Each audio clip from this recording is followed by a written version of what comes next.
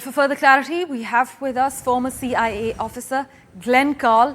He was also the former Deputy National Intelligence Officer for Transnational Threats. This includes terrorism on the National Intelligence Council in the US. Thank you so much, sir, for making time for us. The attempted assassination represents a glaring failure by the Secret Service, which left the former president exposed to gunfire and a breach of security. That will likely haunt a long-idealized agency that has been repeatedly tarnished by scandal in recent years, many would argue. Would you call this a security failure?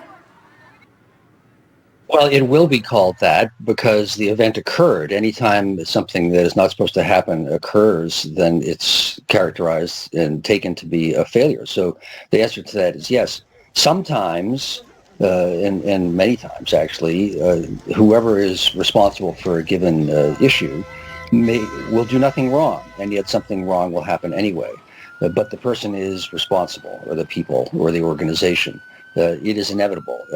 We all know the practice in navies that if a ship hits a shoal or something happens wrong, even if the captain had done everything possible, the captain is held responsible. So that will happen no matter what the investigation ultimately finds. There are, as we have talked about already, a couple of reports, eyewitness reports of alarming, what appears to be an alarming oversight. But Mr. Carlee, as investigators dig into multiple accounts, it will be vital to also look at radio traffic from local and state police, as well as the Secret Service. How much time elapsed from the first reports until word reached the agents? Was there a communication breakdown? It is said that Secret Service has a shortage of manpower. Would this issue now be highlighted in the event of such an attack?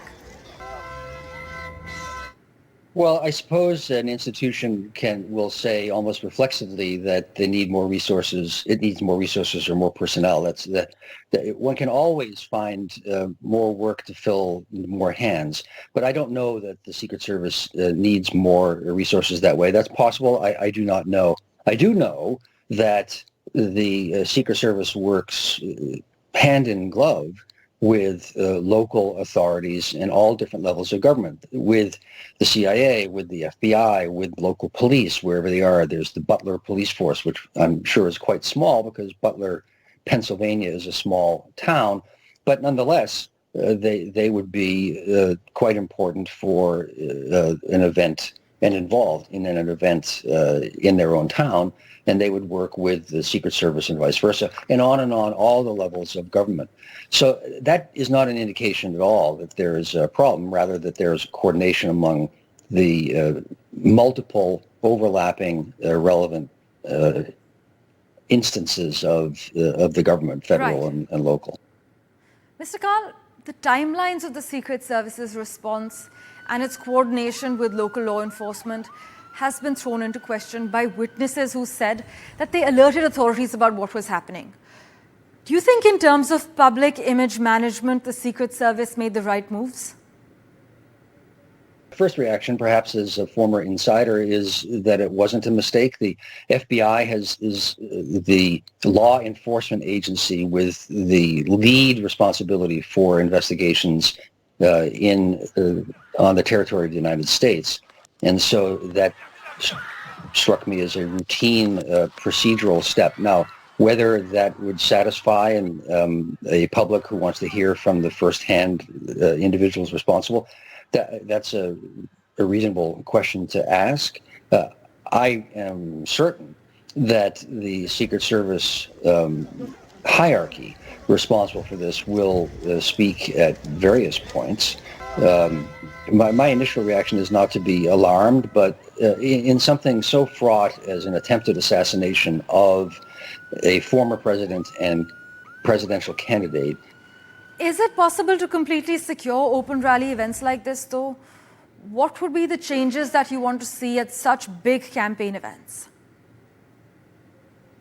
I think perfect security is impossible in any circumstance, but in particular, given that, as the previous person being interviewed mentioned, and as we all tragically know, there are literally more guns in America than there are citizens.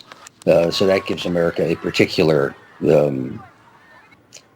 dark honor for those who wish to commit mayhem or violence.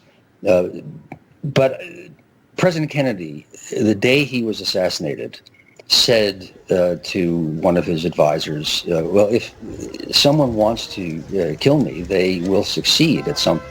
There's nothing ultimately that could stop this or make me untouchable, and that is tragically correct.